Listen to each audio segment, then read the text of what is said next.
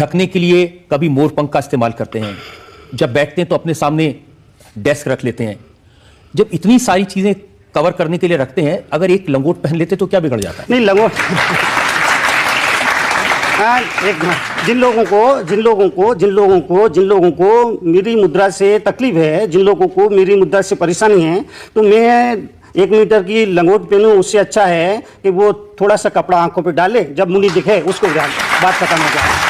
उनको तकलीफ नहीं है, वो तो आपकी सुविधा के लिए कह रहे हैं। नहीं, मैं तो चलता हूँ तो दिगंबर ही चलता हूँ, दिगंबर अवस्था में ही चलता हूँ। और देखिए कवर करने के लिए इस्तेमाल करते हैं ना, तो वो जैसे आप मोरपंख का इस्तेमाल करते हैं या ये डेस्क का इस्तेमाल करते हैं, नहीं, तो शरीर के कुछ हिस्से को कवर ये तो हमारा ये पहचान है, इसको मैं पीछे नहीं रख सकता हूँ, ये हमारी पहचान है। ये साधु जो है ये जीव रक्षा के लिए होता है।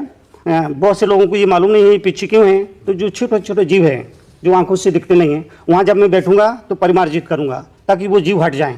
मैं नहीं चाहता मेरे द्वारा किसी जीव की हिंसा हो, उसको तकलीफ हो, उसको कष्ट हो। तो जैन धर्म तो अहिंसा की बात करता है, और अहिंसा के लिए मुनि तो उसके चरम उत्कर्ष है, इसलिए वो उसका लेकिन मुझे लगता है कि जैसे बाकी सब चीजों का परित्याग कर दिया, कपड़े का कर दिया, खाना एक बार खाते हैं, वो भी खड़े होकर के खाते हैं, इतना सब है, अगर एक लंगोट पहन लेते तो क्या मुश्किल थी?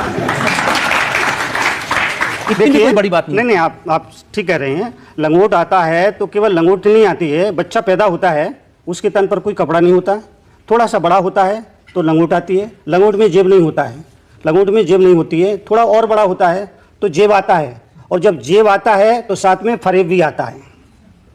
जब जेब आती है तो साथ में फरेब भी आती है, और फिर फरेब अगर आ गई तो फिर दुनिया में क्या हो रहा है हम देख रहे हैं, आप देख रहे हैं, और सब लोग देख रहे हैं।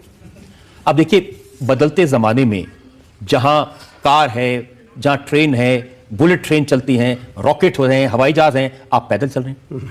पैदल इसलिए चलते हैं कि अगर वो गाड़ी में बैठेंगे तो गाड़ी उनके पास है नहीं। मुनि तो वो होता है जो तिल तुष मात भी परिग्रह अपने पास नहीं रखता है, ये पिच्छी और ये कमंडल। आप अगर कार में जाते, आप ट्रेन में जाते तो ज्यादा लोगों को मिल सकते थे, ज्यादा जगह कवर कर सकते थे। आपकी अदालत में आपको आने में 6 महीने लग गए। आदमी ने कहा जियो और जीने दो, पहले खुद जियो। अगर आपको खुद को जीना आ गया तो दुनिया को जीने का अवसर अपने आप मिल जाएगा, अलग से आपको कुछ नहीं करना पड़ेगा। मुझे ये वक्त के साथ बदलता है ना। भगवान महावीर के वक्त में फोन तो नहीं थे, माइक्रोफोन नहीं थे, अब आप माइक्रोफोन का भी इस्तेमाल करते हैं, आप फोन का भी इस्तेमाल करते हैं, आप किताबें भी लिखते हैं। देखिए थोड़ा एडजस्टमेंट नहीं, महावीर के जो सिद्धांत है, भगवान ऋषभदेव के जो सिद्धांत है, जैन धर्म के जो सिद्धांत है, मैं सिद्धांतों को नहीं बदल सकता हूँ, दृष्टांतों को बदल सकता हूँ। 2-2-4 पहले भी होते थे, 2-2-4 आज भी होते हैं। तो ये शाश्वत सिद्धांत है, दुनिया आएगी जाएगी, लेकिन आप मुझे बताइए, अगर आपको भगवान न करे कोई तकलीफ हो जाए, कोई हार्ट अटैक आ जाए, तो एम्बुलेंस पे लेके जाएंगे या वहां भी पैदल जाएंगे? नहीं, जाएंगे ही नहीं। अगर ऐसा कुछ होता है तो जैन मुनि अस्पताल में एडमिट नहीं होता है, वो जाता ही नहीं है। कभी दवाई नहीं लेगा, कोई इंजेक्शन नहीं लेगा, फला नहीं लेगा, ढिला नहीं लेगा, वो जाएगा ही नहीं। पैदल एम्बुलेंस की तो सवाल ही नहीं उठता, वो जाएगा ही नहीं। ऐसे भी हमने मुनि देखे हैं जो हवाई जहाज का इस्तेमाल करते हैं, हेलीकॉप्टर का इस्तेमाल करते हैं। वो महावीर का मार्ग नहीं है, वो महावीर का मार्ग नहीं है, वो अपवाद मार्ग है। महावीर का मार्ग जो असली है, महावीर वो राजकुमार थे, महावीर राजकुमार थे, राजपुत्र थे, लेकिन एक समय उनको बैराग आया और उन्होंने सब कुछ छोड़ दिया। एक बात याद रखना चाहिए, महावीर ने कहा कुछ पाना है कुछ छोड़ो, कुछ पाना है कुछ छोड़ो, बहुत कुछ पाना है बहुत कुछ छोड़ो, पर सब कुछ पाना है तो सब कुछ छोड़ो। अब छोड़ने की कहाँ बात हो रही? देखिए, ये आपके यहाँ से जो पत्रिकाएं छपती हैं वो देखी मैंने, अहिंसा महाकुंभ। अब ये आपकी तस्वीर छपी हुई है, कमल का फूल बना है, उसके ऊपर आप बैठे हैं, चारों तरफ महिलाएं हैं जो आरती लेकर खड़ी हैं। अब ये छोड़ा क्या? ये तो पाया ही पाया है।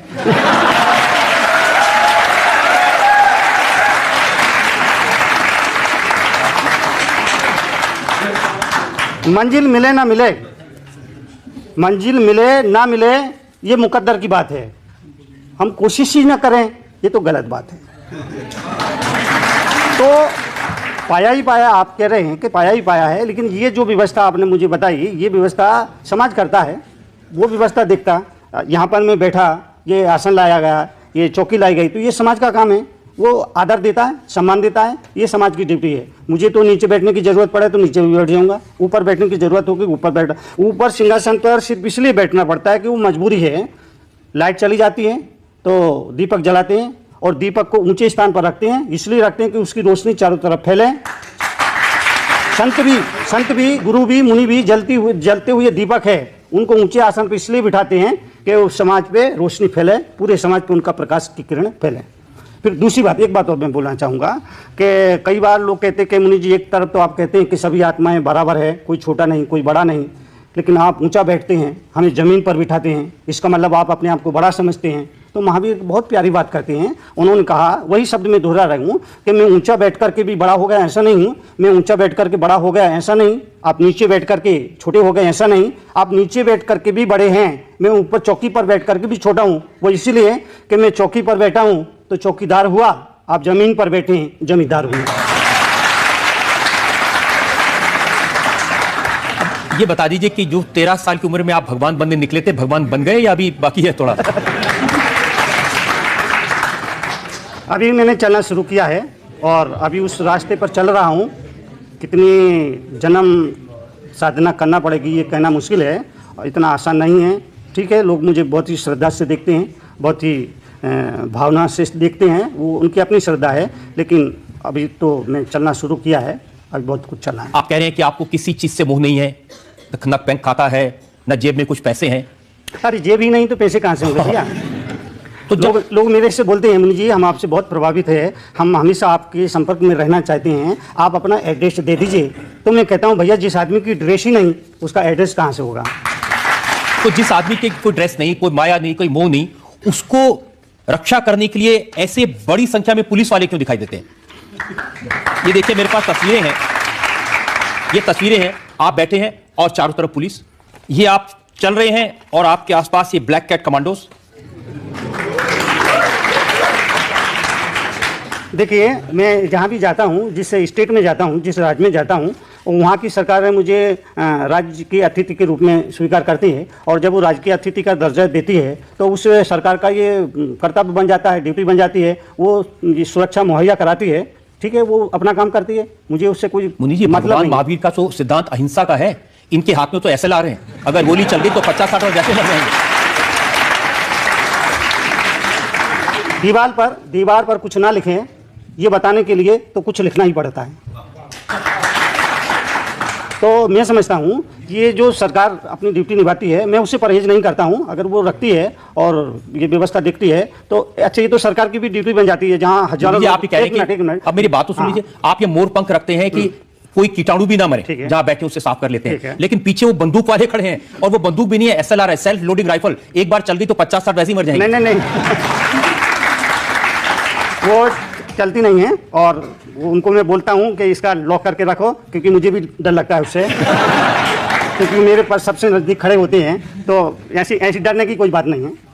नहीं, लेकिन अहिंसा के पुजारी हिंसा के वेपन अपने साथ रखें, ये कैसे स्वीकार करें? मेरा उसमें कोई वो नहीं रहता है। ठीक है, वो व्यवस्था है, वो व्यवस्था करते हैं, तो मैं उसको नकारता भी नहीं हूँ और मनाही भी नहीं करता हूँ। देखिए, आप पाकिस्तान के बारे में बयान देते हैं, आप पाकिस्तान को शैतान कहते हैं और कहते हैं कि पाकिस्तान को उसकी भाषा में जवाब देना चाहिए। अब पाकिस्तान को उसकी भाषा में जवाब देंगे तो गोली चलाएंगे, टैंक ले जाएंगे, हिंसा नहीं होगी? ये सवाल आपका बड़ा मार्मिक सवाल है। जब मेरे से मीडिया के लोग आकर पूछते हैं, क्योंकि बरसों से ये चल रहा है हिंदुस्तान पाकिस्तान, अगर पाकिस्तान जैसा मुल्क नहीं होता तो हिंदुस्तान आज पता नहीं कहाँ होता, वो कितनी तरक्की कर रहा होता। इसलिए कहा कि उसको समझाइए, वो प्रेम की भाषा है, या जिस तरह से पिछले 60 साल से समझा रहे हैं, तो कहाँ समझ में कहाँ आया उसको। लेकिन अगर जैन मुनि भी प्रेम की भाषा छोड़ के बंदूक की भाषा करेंगे तो अहिंसा की बात कौन करेगा? नहीं, बात नहीं कर रहा। तो मीडिया ने मेरे से सवाल किया तो मैंने कहा भाई इसका तो ये है कि वो उसको उस भाषा में समझाइए। कहते ना, कुत्ते की पूंछ 12 साल तक पोंगदी में डालो, निकालो तो टेढ़ी की टेढ़ी। तो ये पाकिस्तान कुत्ते की पूंछ है, वो सीधी होने वाली